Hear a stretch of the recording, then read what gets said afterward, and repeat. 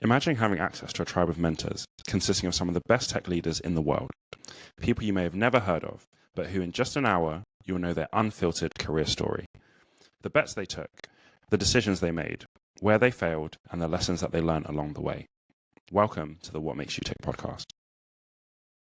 Hi, I'm Tolu, aka the Podfather, and I'm the host of the What Makes You Tick podcast. And I am Richard. I'm the founder of Tick Talent. We sponsor this pod. This week's episode is Brad. So I'm going to ask you first this time. What did you think of this episode?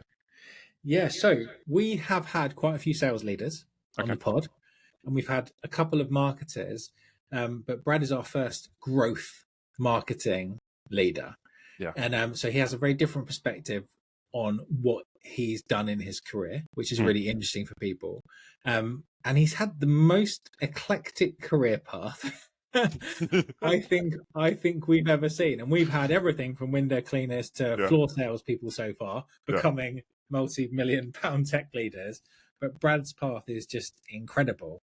And I think that someone who has come from Johannesburg through the world to be where he is today, it just has to give you such a different perspective on what it is to be human, what it is that humans need, the behaviors, and ultimately then through all of this mixture between science and psychology in growth marketing, what it takes to go and build a world-class marketing and go-to-market engine.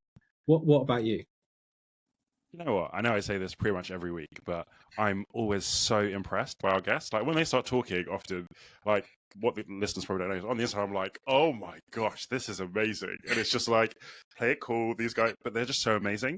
And I think that what I found with Brad is that there's like a little bit of heartbreak in there as well. So there have been some situations for him that felt like really disappointing, but I love the way that he's kind of come back from them and he's still going.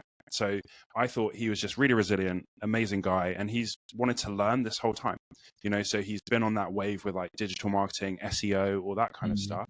And a lot of this stuff is things that he's taught himself, you know, so I was just really impressed by that. Yeah, absolutely. And you'll see how resilient he is by as soon as it flips to his face, how incredibly big his smile is. I didn't think anyone had a bigger smile than me. Or you, but Brad takes both of us and then times it by 10. So 100%. Without further ado, and so you can see the delicious smile that is Brad. Delicious. Absolutely. Let's not underuse words. Let's use them to their power. Let's roll the VT. Brad, welcome to the show. It's great to have you on. Thank you very much. Happy to be here. I'm really, really excited to do this episode. I think there's going to be some real good stuff in there. So our first question is, Brad, what makes you tick? Gosh, I think what makes me tick really is meeting interesting people, helping interesting people, and working on interesting problems, difficult problems with smart people. This is, I think, what I get the most out of in my day-to-day. Love that. Love that. And where did that kind of start from? Was there anything in your like childhood, or was it, you know, when you were a bit older? When did you realize that that's really what made you tick?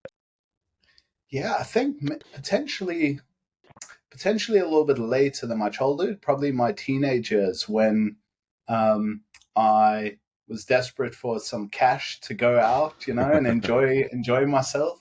And I kept on tinkering with bits and bobs with a couple of friends of mine. And we just kept on trying new things, meeting new people, and I just got a lot out of it. So I kept on doing that. I think I also used to, in my early childhood, now that I think about it, I used to spend a lot of time sleeping at friends' houses and just enjoying meeting their friends and just being out and about, not in the same old that was my house. That's really interesting. And what kind of background did you come from? Like, what did your parents do? Do you feel like that influenced what you do? Very potentially. My dad was an entrepreneur, or, well, I like to say entrepreneur. He owned his own business, which was a painting contracting business. My mother took care of and raised 5 children. 5? Wow. That is more than a full-time job. There we go, right? And I am the middle pip, so maybe that sort of need for attention and waving, flailing my arms around was a big influence as well. Yes, my father was always sort of, I guess, working and trying to grow his business and support his children, which I guess had an influence. Did you ever get involved in his business at all? Yeah, absolutely. I wouldn't say as I guess, a laborer, but I was Mm, always around. I was always around mm. on the sites. It was the funnest thing for me to, go with the old dad in the middle of the night to one of the sites that they were painting because they could only do it at night, and climbing on the scaffolding and Wow. that sort of stuff. I thoroughly enjoyed. Think again, when you get later teenager years, it's less interesting, Yeah. but throughout my childhood, early teens, I just remember wanting to go and check out this stuff constantly. That's awesome. So you've had a pretty epic career. So I would love to hear from kind of as early as you want to go back to what you're doing now about your career journey. Oh, thank you very much. I mean, epic is one way to describe it, for sure. I think where did it start? I think my career started again when I was in those sort of teenage years, right? And like many people that I know, at least, apart from one of my brothers, no one knows what they want to do, right? I didn't know what I Mm, wanted to do. I made candles as a 16-year-old and tried to sell them to people to make enough cash to, I don't know, go out that Saturday night. mm, And that type of behavior carried on through my teen years into my even early 20s, where I first studied computer science. And okay. because my parents wouldn't or didn't want me to take a gap year. Um, and then I studied sociology, and that I thought was interesting, but not really that interesting, unfortunately. And then I went and studied advertising and digital communications, which I thought was fascinating because this is early noughties. Mm, This whole digital thing was kicking off. I was learning, Flash and all this sort of fun stuff. Um, and that type of thing exposed me to a lot of projects and interesting opportunities. And I just mm, found that that type of exposure was interesting. mm. So I did a bit of that in South Africa, where I'm from originally, very briefly. I worked for EMI a bit. I think I designed the Coldplay poster in Oh, South wow. Africa, that type of stuff. That's amazing. But then I wanted to. Oh yeah. It was. I mean, I think I still have it somewhere. But what was, it was a bit of freelance work, really, and I had the capability and the connections. But I really love traveling. Mm, At the end of my uni, I went sort of solo. None of my friends had the cash. I managed to save up, so I went traveling around South America on my own for 3 months or so. I'd never wow. been on an aeroplane. And I Wow. just went and landed in Buenos Aires and had to figure it out. I Mm, wasn't very prepared, didn't speak Spanish. But I think, and then that continued. I went to sort of a little bit to the Middle East, and then came to the mm. UK to do a working holiday visa thing, and then stayed. And so my real professional life started in the UK, where at first it was just get a job to do anything, because I arrived with a backpack and a couple of £100, and that was Mm. it. So it was survival mode. And then later on, it was about, okay, well, how do I get something more stable and build a career and start adulting, I suppose. Yeah. And I think that's where it sort of started. So any job I could take, to be honest with you. But beyond that, it was more about, again, meeting these interesting people, being exposed to interesting projects and opportunities. So what made you decide to come to the UK to start your working career? Yeah, it was very simple. It was I could get a 2-year working holiday visa. I could, I could get somewhere, because a lot of play and the I guess the draw for the UK was I could work and travel, whereas Mm, a lot of all the other places I had to just travel. Right, I didn't have a mm, right to work, but I mm. could stay in the UK for 2 years, work, and then use that cash to blow it all on traveling around Europe and the UK. So that was the primary. There Okay. was nothing much in there. I mean, there were also draws at the time. The way the UK was presenting itself externally, at least, was pretty liberal. It was still Mm, sort of uh, interesting in that sort of way. But no, really, it was just about having an opportunity to travel practical. and make some cash while I did it. Got you. And you mentioned that you started in kind of any job, and then you were trying to meet new and interesting people. So what were some of the things that you did to meet new and interesting people? Oh gosh, so this won't be on my LinkedIn or CV, right? But some of the first jobs I worked in, as I mentioned, bars and stuff like that. Okay. But then I worked as in South Kensington, the ice rink. The first year it opened, I was a boot handler. And Right. then they found out I could ice skate, so I was one of those marshals on the rink. I worked for a while in the customer service department at TFL, the first Oyster Card customer service team. Really? So here I was exposed to so many different people from all walks of life, as well as speaking to Londoners of different happiness levels every single day.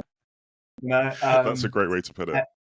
yeah, this is it, right? And then, funnily enough, I got this random job in an insurance broker, which was the largest European-based insurance broker at the time, working in their comms team, which was just this fluke sort of job. And that's then how those sort of early days started. But I've done everything from, standing there with champagne glasses on a tray at some random manor house, all the way through to picking up people that have fallen over on ice skating rinks, you name it. Got you. And so what were some of the jobs that happened after that initial comms job to kind of where you are now? Yeah, so that job was great, but it was interesting because, it was very formal, very traditional sort of English, I guess, environment where, I don't know, it was suit and tie type stuff every day. I'd arrive an hour early for work and the boss would sit in his office looking at his watch, right?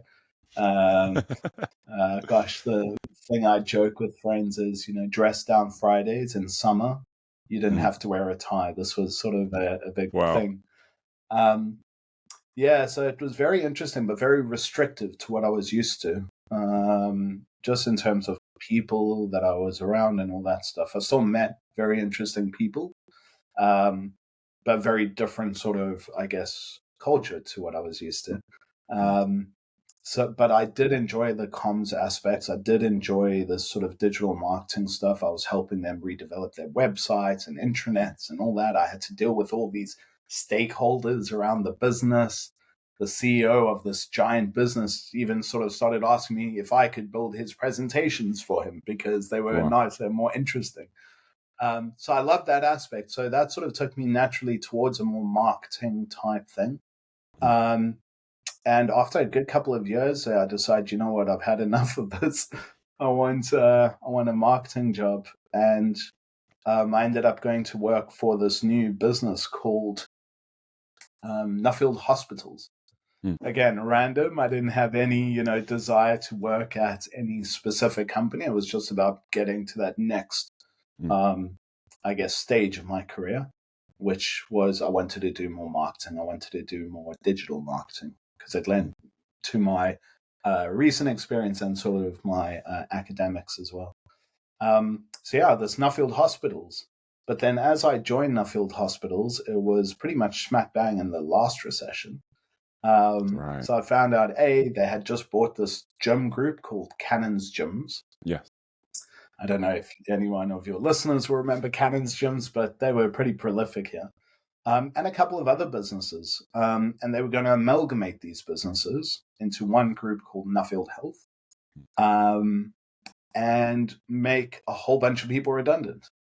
So they made almost the entire marketing team redundant across the two areas. But I had this digital marketing skill that seemed like an important thing and needed. So I was spared along with one or two other folks.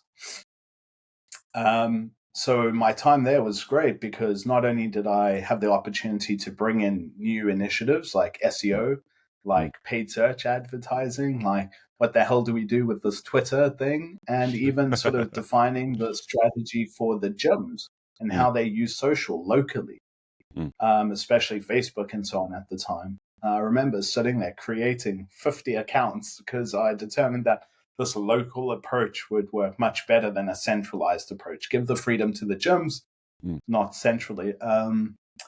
And what was fascinating was I was able to do all of this stuff as what I'd consider a fairly junior person because no one else understood it. And this sort of developed, and I was exposed. I was part of the teams when it came to how the hell do we define this Nuffield Health proposition from a messaging context, working with the agencies on the brand design, redesign stuff. All this sort of stuff was really interesting time because there was big flux in the world. How do you do, like, right now we take it for granted that you can just book something online, right? That you can just, book an appointment online. At the time, this just wasn't there. It wasn't a thing. So being exposed to all of this at that time was, I thought, hugely, hugely interesting. So then after that, what really came out was that I love this sort of SEO stuff. I love paid search specifically. I really enjoyed. I was actually doing it for my dad as well, weirdly, before Nuffield Health. So I had a bit of a head start, right, in how to do it. But also my dad's account was like my playground as well. Yes. So I could do some crazy stuff there and apply the learnings or the positive learnings to my day-to-day. So I really loved that, and I wanted to get better at it. And I thought after 2.5, 3 years or whatever at Nuffield that the best way for me to do that would be agency side, where I can be surrounded by people with those skill sets, people that are just thinking and talking about it every single day, and really be given that opportunity to then ramp up those skills. So I set off trying to find an agency that would be kind enough to hire someone with no agency experience, right? Yes. Which was a big thing at the time, where agencies would only hire people that were either fresh grads they could train up, or they had agency experience. All the stuff you need at agencies, how to manage client expectations, building forecasts, yada, yada, yada. And that was the next step in that journey. Okay, that makes sense. So what I was interested in is part of you seem quite curious in terms of testing things out and doing different things and being willing to take the learnings. Where do you think that curiosity came from? Also a great question. I think some of it was the college I went to, that because, again, it was sort of set up, it was more set up as a technical college, I suppose, than a standard university. So it was all about sort of building out these projects every 2 weeks and, ad campaigns and God knows what. But I actually think it comes before that. I was that kid who was digging huge holes with one of my friends and building forts and trying to figure out how we're going to sort of cook steak on a piece of slate. And I think a lot of that time of my life, I was fortunate because being a middle child and one of five and being in a relatively small town before we moved to Johannesburg, there was a lot of freedom as well for me to go and explore and break things and just go wild is the best way I can describe it. And so I suppose that sort of curiosity was baked in pretty early in my life. And where have you seen sitting there thinking about it's crazy. And where have you seen some real success from that curiosity? Well, firstly, I think definitely when it comes to working in startups, right? That's been a not necessarily success as in, every single thing you do works out. But I think you have to have that curiosity around, okay, I'm going to look under the rug. Why is this the way it is, right? That type of stuff, I think, has just benefited me. And really, it's about having that growth mindset, right? And that's where I think it's benefited me tremendously, is maintaining that growth mindset. And how did you start working in startups? Because it sounded like, Nuffield is quite a big established company. If you're going to an agency, that must be quite established. So how did you get into startups? Well, so, I mean, so this is an interesting thing. So Nuffield was interesting because they were starting effectively this new brand. So it was the first Interesting. sort of inkling of it. And then, so the first agency I worked at was a company that was trying to create an agency from scratch. So I'm sure your listeners, or some of your listeners, will know of the company called Mailer. It's sort of an email software, very similar to MailChimp and so on, but it's created out of Croydon. So this was a pretty established, had gone public. It was a pretty established sort of bit of a brand, and they wanted to create a agency to sort of expand their offering, and the agency was called Dot Search. A And for perfect some agency for you. reason, perfect agency, yeah. But for some reason, they hired me, and I was the first paid search person. So I was the person in the agency. Right. I had to help win business. I had to do the work. I had to do all of the stuff. And it was stressful and crazy, and very crazy because a lot of people didn't know. Not that what they were doing, but this was all new, right? And in terms of how to grow something like that, we just thought, okay, let's just try to do a good job and keep expanding out from there. So that was, I guess, another flavor of that. But then the next agency and the last agency I worked at, a friend of mine who was working at that business just got a job at Uswitch as their director of SEO or something like that. Some had senior SEO role. And he said, Brad, there's this company that literally sort of are buying Uswitch. It's called Forward. You should see when you go in, there's a beers, there's ping pong, everyone's working, they've all got whatever they want, all this stuff. You should apply. I know they're looking. So Forward Internet Group is very well known, I suppose. A lot of companies have spun out of there, like Forward Venture Partners, I think they're called now, and things like all the companies that then spun out of Forward Ventures or Forward Labs at the time are companies you all know pretty well, like Patch Plants, for example, these sort of things. But at Forward, it was very small. They had just sort of decided they were going to build an agency as well. And it was about 20 people. So I joined at that stage. But it was very startup culture like. There were these different teams and so on, and then this agency they were trying to build. And while I was there, it was a real education because I had come from, I guess, a more haphazard sort of approach to things, whereas Forward were developing, and this came out of the founder and the founding team of that business. They took a very different approach to how to run digital marketing initiatives, different to any agencies or people I'd spoken to at agencies at the time. This is 2011, 12-ish. It's a long time ago. But what was different about Forward versus other agencies was that it was a data-driven sort of culture. And I'll elaborate on that, but also you weren't an account manager. You were the analyst, and you had to manage the accounts you were doing the work on. So it wasn't a traditional agency model where, your account manager would take all the info and then dump it on someone else who you'd never be exposed to. At Forward, you were responsible to communicate what you were doing. So your relationship was with the clients. 2, it was very data driven. So normally we'd all, other agencies, you just go into the account and tinker about, download stuff into Excel and get a bit funky.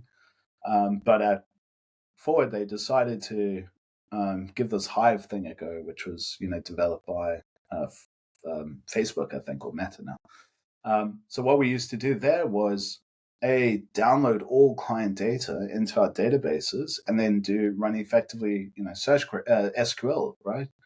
Queries on that data, which was fantastic. You could analyze a lot more information much quicker.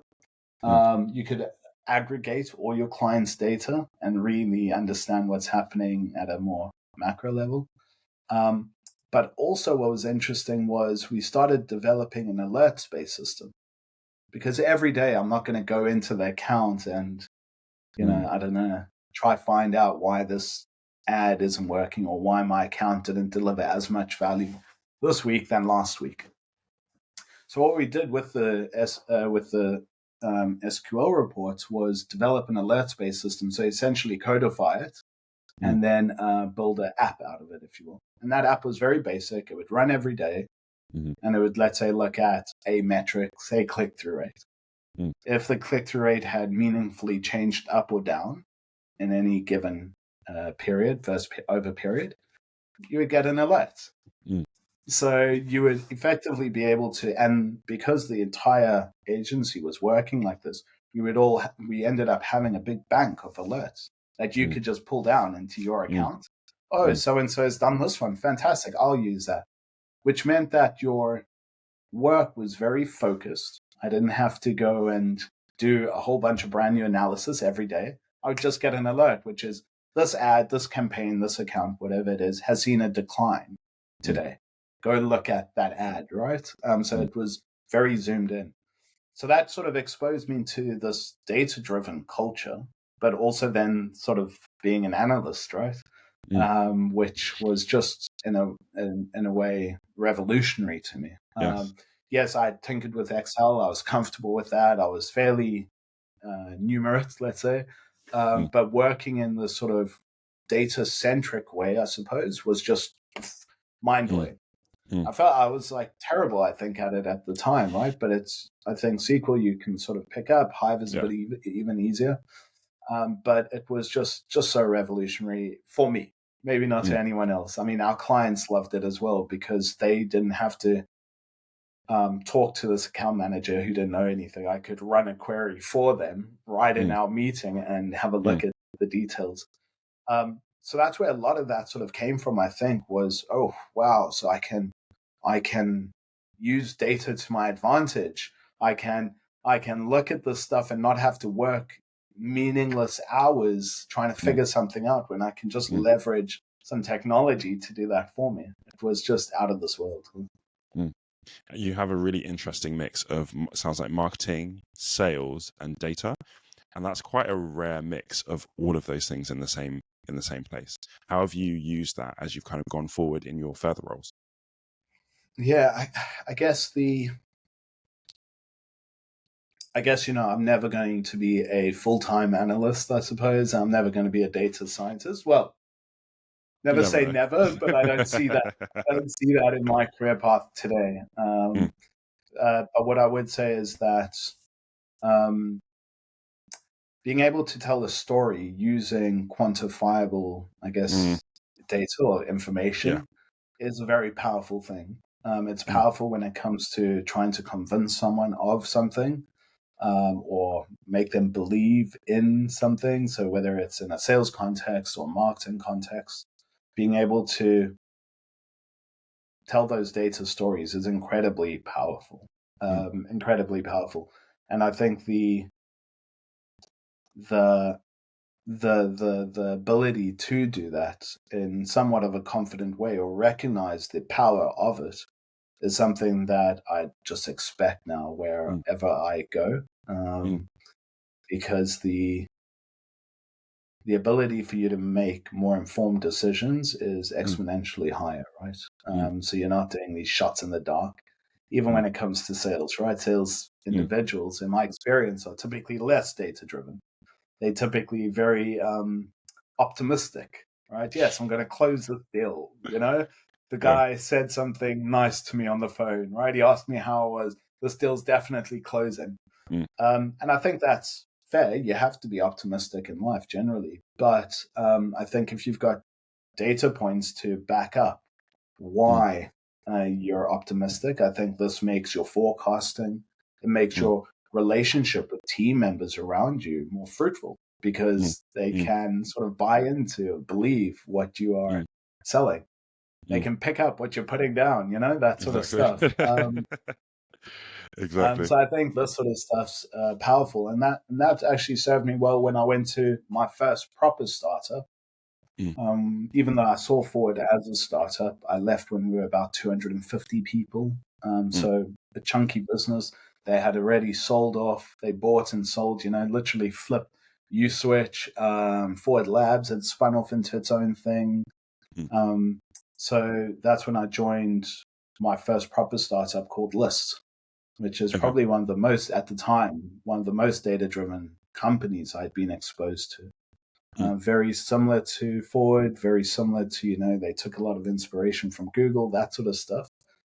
And I was hired it was my first growth role, so as a growth analyst there. And being able to leverage data, they used Postgres, so be able to sort of get in there, on Looker, which was also new to me. Wow, this sort of Looker thing's fun.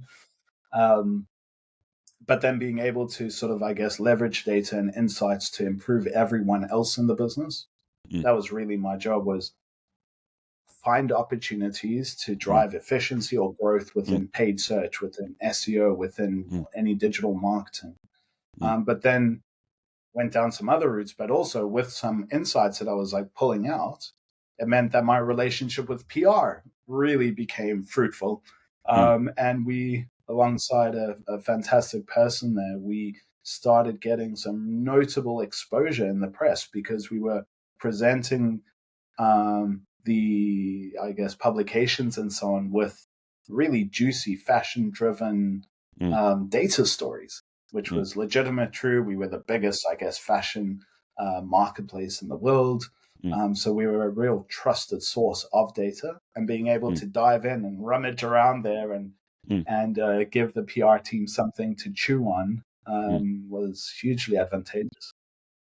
I think for me, this is a bit of a personal soapbox moment, right? So I worked in data for most of my career, and I think that data is one of those things that people find quite scary, right? They think, oh, analysts. So like when I used to tell people I was an analyst, they'd be like, they didn't really know what it meant. But what I would say is that data helps everybody, and you don't need to be a data scientist to really make the most of data, because some of the basic things that you do with data can improve any job that you have in the world. Everybody can make use of data, and it's not actually that complicated, right? Yeah, I couldn't agree more. I think a lot of people see analysts and data as maths, right? Yeah. And then they think, oh shit, I wasn't very good at maths. Yeah. And that's just in many ways not the case. You have to have, I guess, some sort of logic, right? Or again, not be lulled by lulled by anything, right? You always have to question what you see.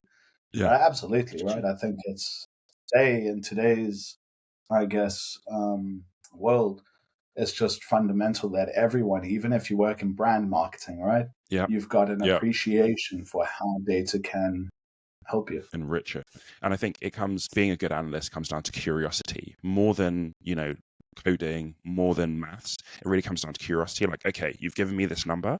Is it good? Is it bad? Why is it good? Why is it bad? What's made that number that number? So when you get a good number, it's not just great, I've got a good number. It's okay, what did we do differently that got us this good number?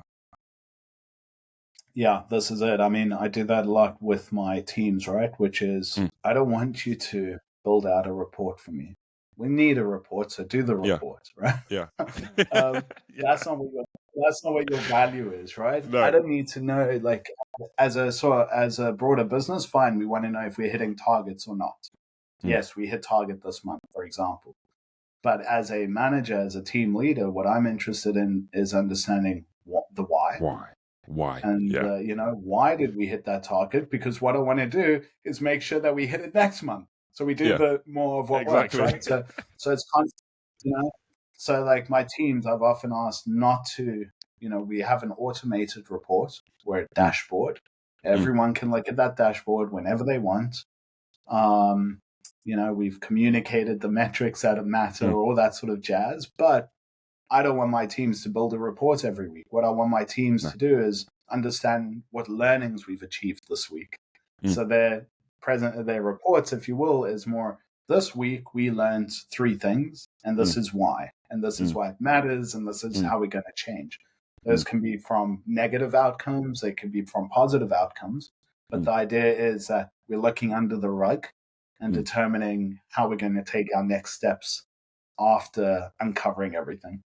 I love that. I love that. And it's great to hear about someone from a more marketing and sales background really understand the value of data, because that's like my personal jam, right? So you mentioned about your teams. So when did you start leading teams? What was the role that you started leading teams in? Gosh, so I started managing people, I suppose, at my in my first job, I started managing Okay. someone, right? Okay. But I was, I guess I had a knack for it even when I was working in the catering side and as a ice skating marshal and all this stuff. I ended up becoming sort of team lead, and that type of thing. But I'd say the first sort of real appreciation for management was when I started that proper career. I managed two people actually at Jardine, Lloyd Thompson. But I think the appreciation really came when I was at Dot Search, where I managed this individual. She's an incredible, very capable person who's now very senior at one of these big conglomerate agencies. But what I enjoyed about it wasn't sort of sitting there and telling her what to do. In fact, I didn't feel like I ever had to, and it's just not my sort of way of working. What I enjoyed was helping her uncover opportunities, right? Helping her sort of understand that you've got to have that curiosity. You've got to ask these questions. Don't take anything for granted. So it was more about encouraging positive behaviors, in my view, rather than, I guess, instructions, right? Making sure she understood why we're trying to do what we're trying to do, what objectives are we trying to meet, what is the client's expectations. Really those fundamentals, because then that meant that when she went off and did some work, she had all the context and the confidence, right, of executing on that. And when I say confidence, a lot of younger folks especially are maybe lack the confidence to make mistakes, right? They feel like they can't make that mistake. And what I really enjoyed was saying, no, to hell with that. What we are trying to do here is hit this sort of milestone. So let's figure it out, right? And if we're going to make a mistake, let's, That's okay. just move on as quickly as we can. Learn, fix it, and move on. It's all good. The worst thing is if you make a mistake and you don't want to tell anyone about it and you're sitting there sort of trying to fix it for 2 weeks. And I say that having done that even myself, right? Where, We've all been there. We've all been there. Yeah, exactly. And so I think that's where I started. That's where I really started, but also started in terms of my own, I guess, method of management, when leading. And then a lot of startups here, I was an individual contributor a lot because of the stage of the business. So for me, I think that was hugely beneficial. I moved out of management for a while and I was just, you're just part of the team. You're on the ground level. You're getting your hands dirty and we're trying to grow this thing, which was, I guess, some of my friends have told me that it wasn't the best idea. And certainly at the time, because yourself off, here's I'm on this highway, a highway to management, and all this sort of jazz and like leadership and I don't know, whatever else you attach to that, high paying jobs and dreams and, whatever. And I take this sort of sharp turn off ramp to be an individual contributor again. And you know what, I whatever those opinions are, I loved it because again, I was about like, how do I hone the skill? How do I help build these things? I've seen sort of other people do it. I've seen friends do it. I've seen my father do it. My grandfather, right, came from Lithuania to South Africa as a 15-year-old on his own on a boat, right? And he ended up doing pretty well for himself, setting up a business and a real estate, I guess, empire, you could call it. And just, seeing other people doing this and just honing those skills and being part of that just was too exciting for me to say no to. So that whilst I think I had to manage expectations and general people being an IC, you're still bringing in skill sets as needed, whether it's design or copywriting or an engineer, right? So I'd work with a lot of these teams and build, I guess, micro projects and then manage those projects. I wasn't necessarily a direct line manager. And that was cool because it wasn't about that for me, right? It was about how do you like understand growing a startup? How do we deal with all this like real shit sometimes, right? The roller coaster ride. Yeah, and that was the big sort of, I guess, off ramp there for a little bit.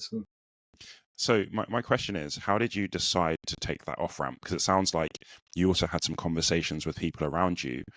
How did you start to know that, okay, I want to do something a bit different. This is what I want to do. What was that decision-making process like for you? Because it sounds like quite a big decision to make. Yeah, absolutely. And I wish it was a financial decision, but it definitely was not.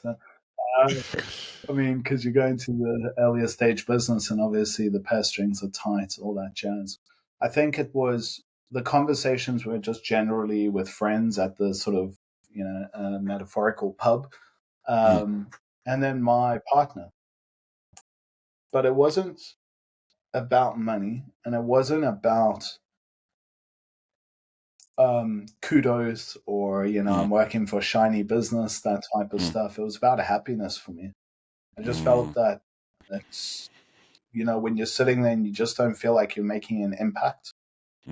Maybe it's, again, middle child syndrome, who knows, right? But that feeling of I want to feel like I'm having an impact. I want people to appreciate my impact. I want them to feel that I'm making that type of, I guess, thing. And at a bigger business, I just felt that I wasn't having that direct impact. Even when I was at Forward, for example, initially like I mentioned, you're having that one-to-one interaction with clients, you're doing the work, you're having the impact, you're articulating that impact. Life is good. But as you get more senior there, and I started leading big accounts and managing sort of larger teams there and that sort of stuff, I was that one step removed from the client in terms of day to day. I'd parachute in, be there for a presentation, and then parachute out. And I was removed from the sort of day to day stuff. So I was doubly removed. And what I found was that wasn't rewarding for me, right? I didn't find that as a rewarding thing. So it impacted my mental health in terms of general happiness. Oh, wow. I wouldn't come home, super excited to go to work the next day. You'd come home sort of depressed because I felt like I wasn't doing a good job because I wasn't having the impact that I'd normally like to feel like I'm having. So for a while, you feel very, I guess, depressed, but not depression, just a little bit down. Let's say. Yeah. So I guess it was more that how do I get back to the happy place rather than make more money or all that sort of stuff. It was more, let's get back to the things at the time, at least, that made me feel, I guess, worthwhile in some ways, right? Worthwhile, like I'm having this impact. This person needs me. It's a relationship of sorts. Again, one of 5 children. But yeah, I think that's it, right? That was the process there, which was, it wasn't quick. It was, coming home for a few months going, well, how was your day? Same, and so I think it was a bit of a process. So slightly personal question, and feel free not to answer.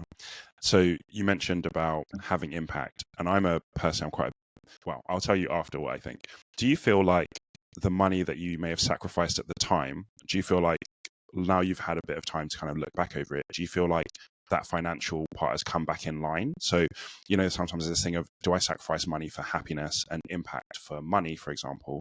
Do you feel like now you've had a few years after that, do you feel that actually the money side of things has caught up? That's a good question. It's a good question. I mean, just generally looking back, I'm like a should have, could have, would have, right? Yeah. It's like, but I think there's maybe, I'd say so. I think that probably taken a little bit longer, so I'm probably behind the curve of many of my peers. Okay.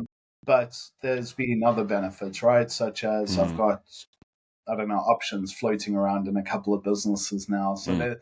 it could far exceed or it could Yeah. not, right? But I think Interesting. for the most part, yes, it's come around again. I'm Mm. probably on a very similar sort of footing to many of my peers.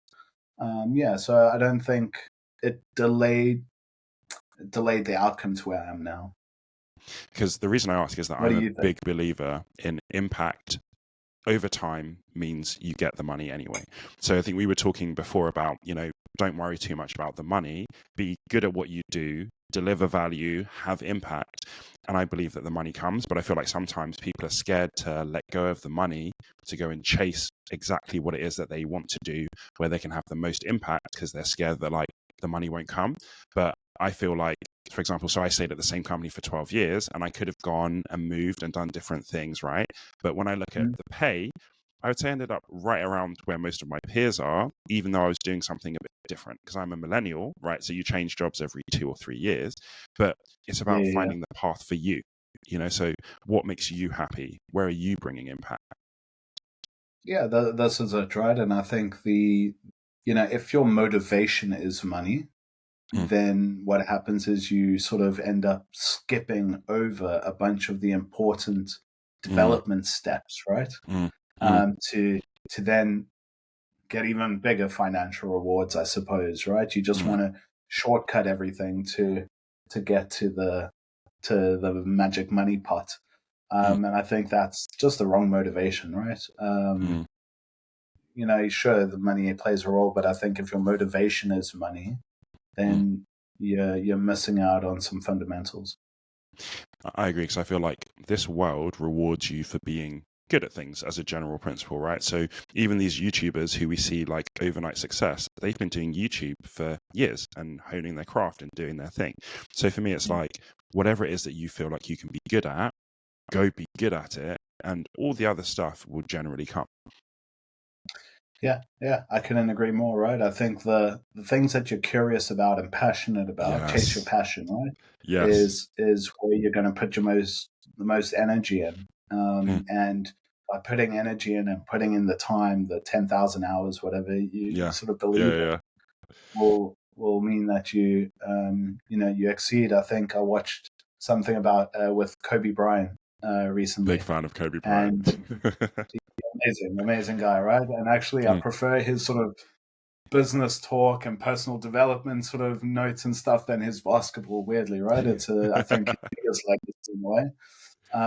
But one, he was saying how he used to wake up like 2 hours earlier than everyone and do practice, so that when it came to college basketball, he was already, in terms of time on court practicing, he was already 5 years ahead of everyone because of all the extra hours he'd put in. So he'd put in whatever, I'm paraphrasing here, but he'd put in, let's say, 4 hours a day, whereas everyone else put in only 2 hours a day, which meant he was doing double the work for years and years. So when it came to the point where he could make real money, the NBA, he was so far ahead of his peers in terms of the amount of practice time that you could see it. The story, the story tells itself from there.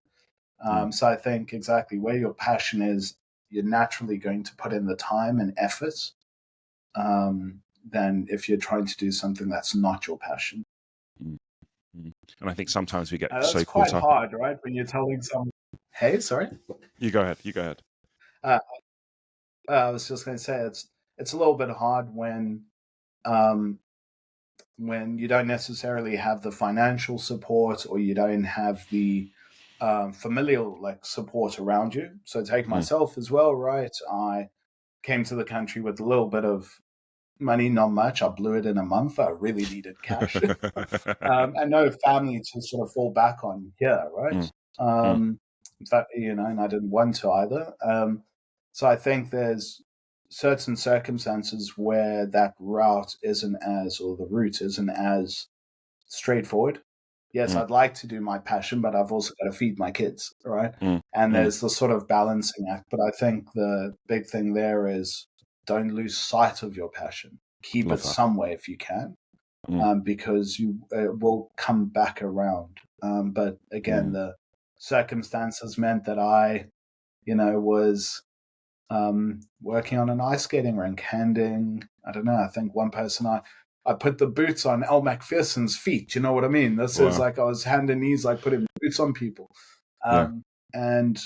And these are compromises you make, but as long as you sort of are consistent with this is where I'm going, this is just where I am at the moment, but my destination isn't changing. That's what's important. I love that. And I think that one of the things, for example, I love about Kobe Bryant is that you saw that when he stopped playing basketball, he transitioned his mentality and his approach from basketball into whatever he was doing next. And I think that that's really what it comes down to for me is how do you approach things? And even when you're having to do things that you don't want to do, are you able to still, like you said, keep an eye on your passion and still make, even if it's small steps towards your passion, are you able to do little things every day that build up towards that bigger picture? And I feel like often we're told, you know, you go to school, you go to uni, you get a good job, you do that job until you retire, and then this is the life that you lead. And we're not really encouraged to be curious and to try different things and to, you know, quit your job and go do something else, because my 12-year career in one place isn't the same thing that everybody should do. That's what worked well for me. You know, your career where you've gone to loads of different places, I look at it, I'm like, that's absolutely amazing. The amount of people you've met, the amount of things you've learned, like that's just amazing, but that's what works for you, you know? So it's about what works for you. Yeah. You know, and take my mother's, you know, it's a negative thing, I think, is seen as sometimes as a negative thing in interviews and so on. So, you know, I have to navigate that. I guess that's what I have to deal with. But I believe that, you know, I've done what's right for me. I look at my grandmother on my mother's side. She worked as a receptionist at a old age home. You know, but it started off with plugging the things in, and she sort of spent her whole career there. 60 years she was at this business. Wow. And when she retired, they gave her a pen, right?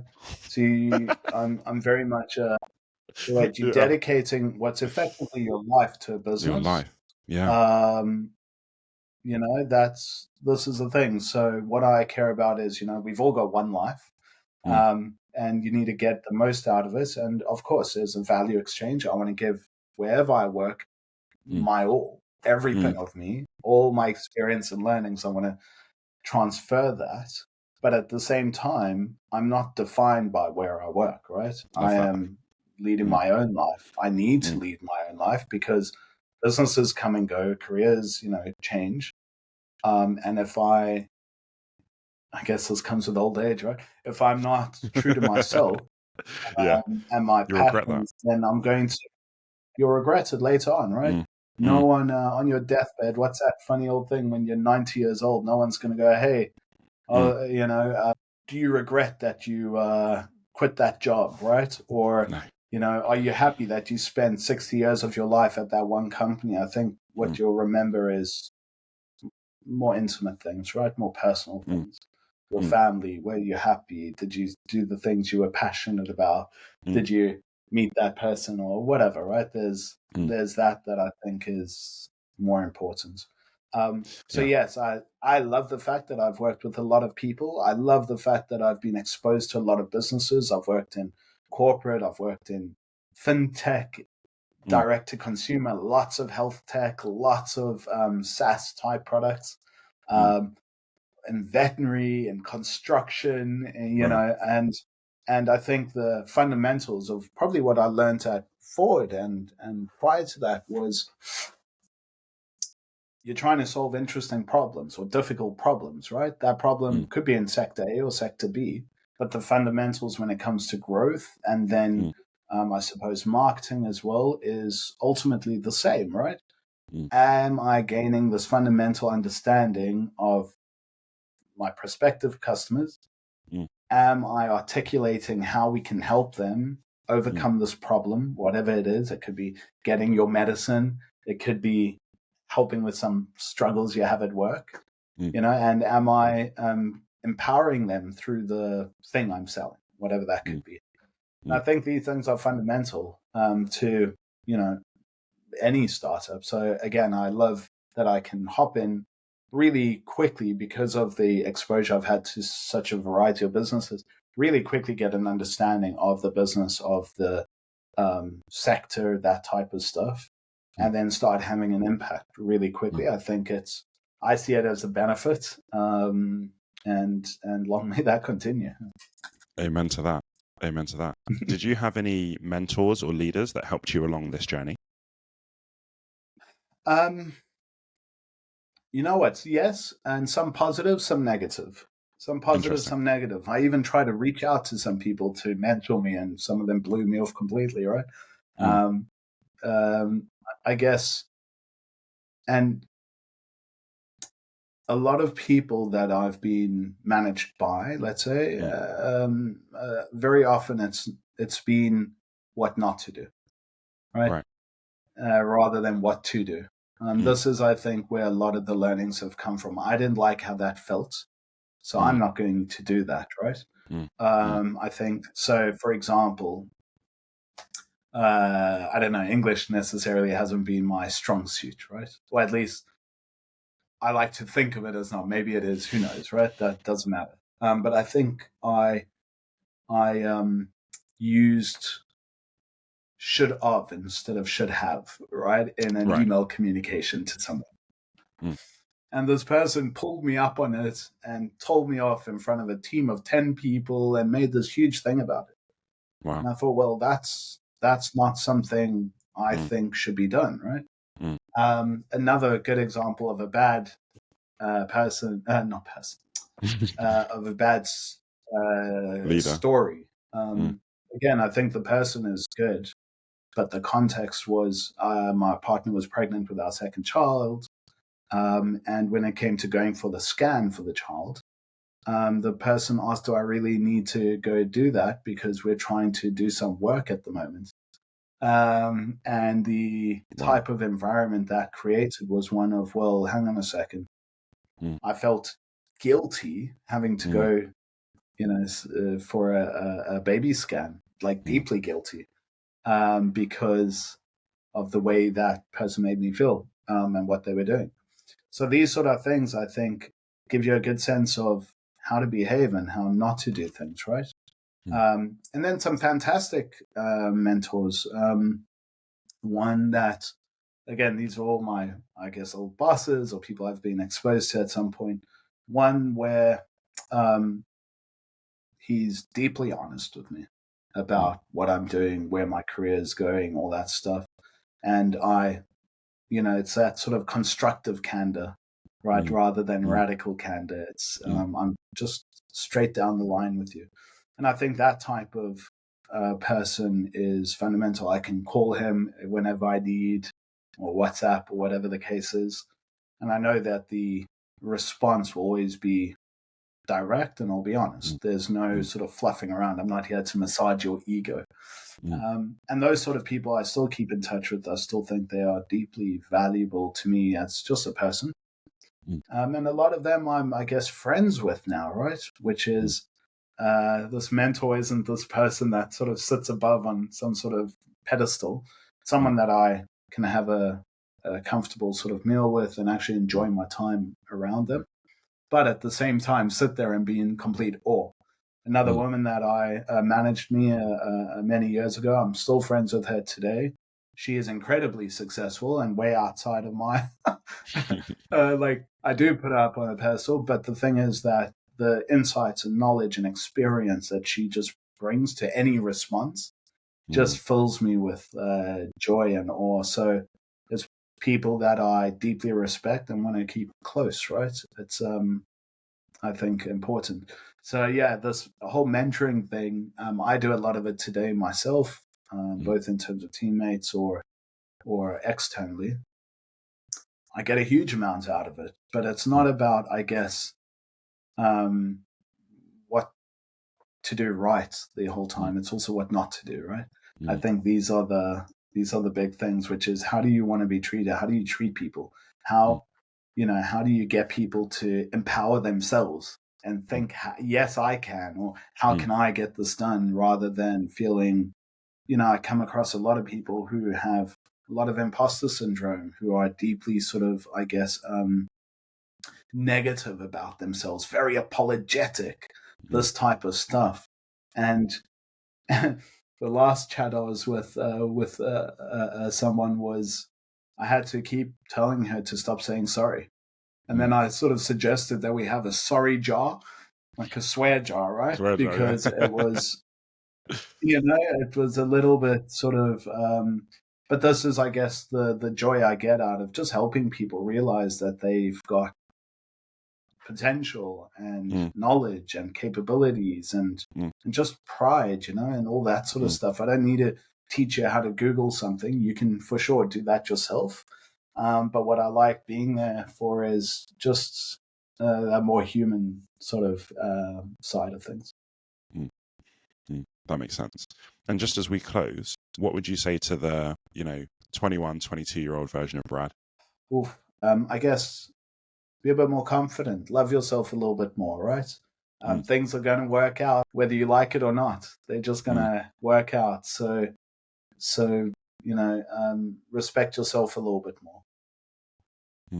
That's I think it. Awesome. Brad, thank you so much for your time, for your thoughts. It's been a really, really interesting journey that you've been on. And just, really excited to hear what happens next for you. But thank you so much.